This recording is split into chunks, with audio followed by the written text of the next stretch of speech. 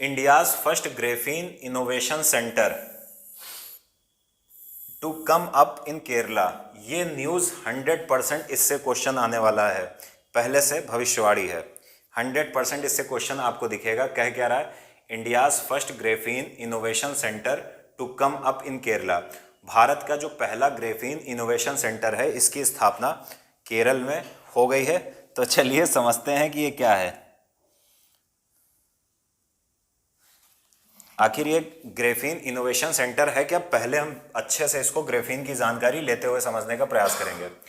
Graphene innovation centre इन केरला, देखिए ये क्या कह रहा है, कॉन्टेक्स्ट क्या है कि कंट्रीज फर्स्ट इनोवेशन सेंटर इन केरला, यानी भारत का जो पहला ग्रेफीन इनोवेशन सेंटर है, इसकी स्थापना केरल में हुई है। क्वेश्चन 100% आने वाला है कि भारत का पहला ग्रेफीन इनोवेशन सेंटर किस स्टेट में स्टैब्लिश किया गया है। चलिए, वो तो फैक्चुअल हो गया। अब थोड़ा हम ग्रेफीन के बारे में समझ लेते हैं, ग्रेफीन है क्या। देखिए ध्यान से सुनिएगा, वन एटम, यानी अगर आप ग्रेफीन की बात करो तो कह रहा है one atom thick layer of carbon atoms. इसका मतलब समझो, अगर इसको पढ़ने से बेहतर मैं आसानी से ऐसे बताता हूं, ग्रेफीन कार्बन की एक बहुत थिन सी लेयर है। जैसे इसमें प्रत्येक कार्बन 3 अन्य कार्बन से जुड़ा होता है। अब कार्बन कार्बन जुड़कर एक कागज जैसी और बहुत पतली और बहुत हल्की कागज से एक सीट बनाते हैं। उस सीट को बोलते हैं ग्रेफीन। इस सीट में आप देखोगे तो हेक्सागोनल या 6 कोने होते हैं। अब आगे पढ़ो या समझ में आ जाएगा। वन एटम थिक, यानी ये कार्बन की केवल जो चौड़ाई होती है वो एक ही कार्बन का एटम होता है। Thick layer of carbon atoms arrange in a hexagonal lattice, यानी हेक्सागोनल जलिका, यानी इसको बोलते हैं हेक्सागोनल का मतलब जिसके 6 कोने हो। जैसे मैं आपको अगर डायग्राम दिखाने का प्रयास करूं कि जिसके 6 कोने हो, तो शायद बेहतर ढंग से आप इस न्यूज़ को समझ पाओ। देखिए ये आप देखोगे ग्रेफीन है, ठीक है, ग्रेफीन की एक लेयर है। एक कोना, दो कोना ऐसे नहीं होगा, 3 6, हाँ है तो 1 2 3 4 5 6। तो इसलिए इसको बोला गया है क्या? हेक्सागोनल। तो यही क्या है? यही है आपका ग्रेफीन, यानी कार्बन की एक बहुत पतली सीट, इसी को बोलते हैं ग्रेफीन। और जब कार्बन की कई पतली सीट या ग्रेफीन को, कई ग्रेफीन के लेयर को आपस में जोड़ा जाता है तो बन जाता है ग्रेफाइट। अब चलिए देखते हैं। One atom thick layer of carbon atoms हम समझ चुके हैं। Arrange in hexagonal lattice, lattice मतलब जलिका होता है, एक प्रकार का स्ट्रक्चर, ठीक है ना। थिनेस्ट, ये बहुत पतला होता है, बहुत ही थिन होता है। Most electrically and thermally conductive material in the world, ये दुनिया में सबसे ज़्यादा, सबसे बेहतरीन कंडक्टर है किसका?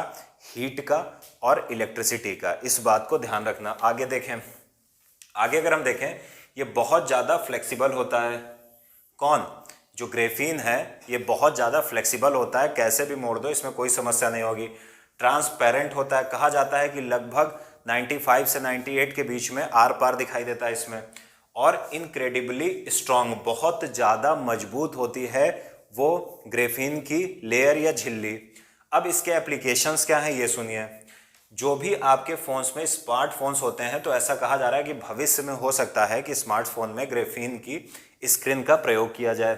साथ ही साथ इसमें आप देखोगे कि चूंकि इलेक्ट्रिसिटी का ये बहुत बेहतरीन कंडक्टर है, इसमें इलेक्ट्रिसिटी बहुत बेहतरीन ढंग से प्रवाहित हो सकती है, तो इससे क्या होगा? फास्टर एंड एफिशिएंट इलेक्ट्रॉनिक्स बन पाएंगे। यानी अगर ग्रेफीन का इस्तेमाल हम इलेक्ट्रॉनिक्स में करेंगे तो बहुत बेहतरीन ढंग से इसका प्रयोग होगा और इलेक्ट्रिसिटी बहुत बेहतरीन ढंग से एक स्थान से दूसरे स्थान पर पहुंचेगी। फ्लेक्सिबल डिस्प्लेस, डिस्प्लेस मतलब क्या होगा? जैसे आपके एलसीडी होती है, उसमें आगे डिस्प्ले लगी होती है, तो अगर ग्रेफीन की लग जाएगी तो बहुत फ्लेक्सिबल होगी, साथ ही साथ टूटेगी भी नहीं। एफिशिएंट सोलर पैनल्स, अगर सोलर पैनल में हम ग्रेफीन का प्रयोग करें तो ग्रेफीन क्या है? थर्मली कंडक्टर, यानी कंडक्टिव, यानी जो कंडक्टर है ये हीट के प्रति भी बहुत बेहतरीन है। तो अगर ये बहुत ज़्यादा हीट को अवशोषित करेगी तो सोलर पैनल की एफिशिएंसी बेहतरीन हो जाएगी। तो उम्मीद है ग्रेफीन के बारे में आप ठीक ठाक समझ गए होंगे। अब देख लेते हैं इनोवेशन सेंटर की बात कर लेते हैं। ये बेसिकली एक प्रकार का ज्वाइंट वेंचर या संयुक्त उपक्रम है, किसका किसका?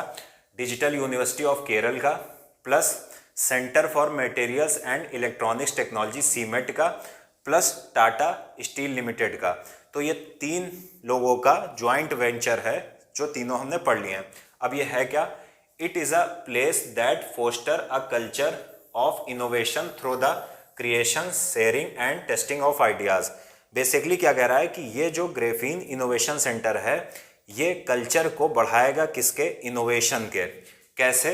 यहाँ पर बहुत कुछ क्रिएट होगा, जो भी क्रिएशन होगा उसको शेयर किया जाएगा, प्लस जो भी आइडियाज़ आएंगे उनको टेस्ट किया जाएगा। तो इससे बहुत बेहतरीन आप देखोगे इनोवेशन का कल्चर डेवलप होकर सामने आएगा।